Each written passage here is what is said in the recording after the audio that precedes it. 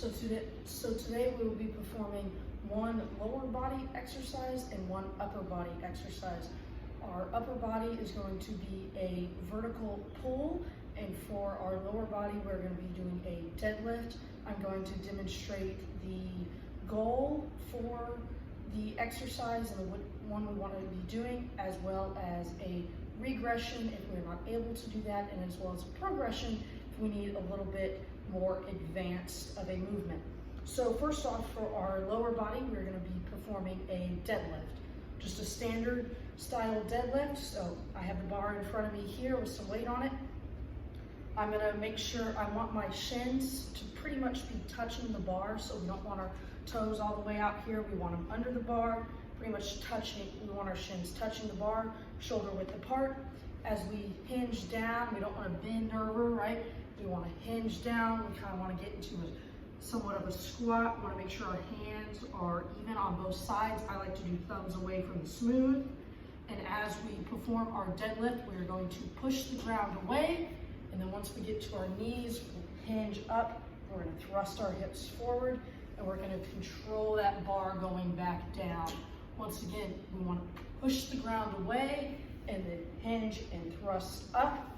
So for a regression, if we cannot perform the deadlift from the ground, we're going to be doing an RDL. The RDL really just decreases our range of motion, so we're not pulling it all the way from the ground all the way up to our hips. We're going to start, for the RDL, we're going to start with the bar up. It should be just under our hips. Again, I like to do thumbs away from the smooth, and we're just going to unlock our hips. We're going to hinge down, keeping our spine neutral and our head neutral. Once we get below our knees, that's as low as we can go.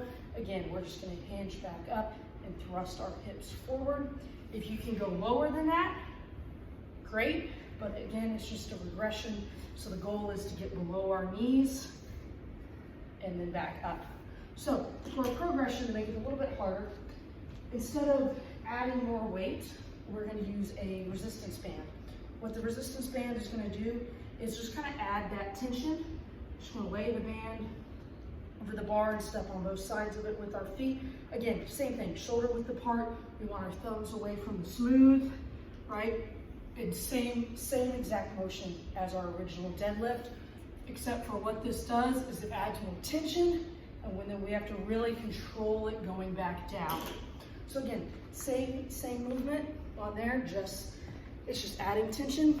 So now we're going to move to our upper body movement. We're going to be doing a lat pull down with a band here. So our goal for this movement is we're going to grab the band, both sides of the band, and we're going to get into a wall sit. Okay, we want to get in the wall sit, make sure our thighs are parallel to the ground or our knees are at 90 degrees, and we're going to pull the band down. So we're just going to pull our elbows in, making sure we're coming out locked out at the top, and then as far down as we can go. So this is kind of the goal of the movement. So a regression of this is we're going to grab a physio ball, and instead of being in that wall sit, if we can't do wall sit, we're just going to sit on the physio ball. This is going to allow us to really focus on our arms more and not be so worried about the wall sit.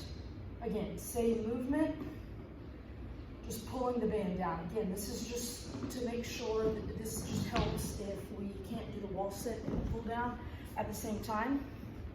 So moving on from we did the main movement, regression, and now we're going to do a progression. So again, this is just a little bit of a harder movement. So again, we're going to get back from the wall sit, but we're going to grab both sides of the band. We're going to do it with one arm. We're doing it with one arm, okay? We can't compensate for one of the arm's weakness with the one we're doing with both hands.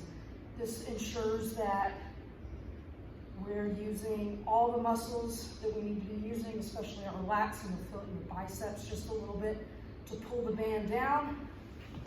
And it's pretty much the same thing, just with doing it on both sides. If one side's weaker, you can compensate the other side. With this, there's no compensation. You got to use all of whatever arm you're doing. So that is our lower body and our upper body movements for the day, progressions and regressions. Have a safe workout.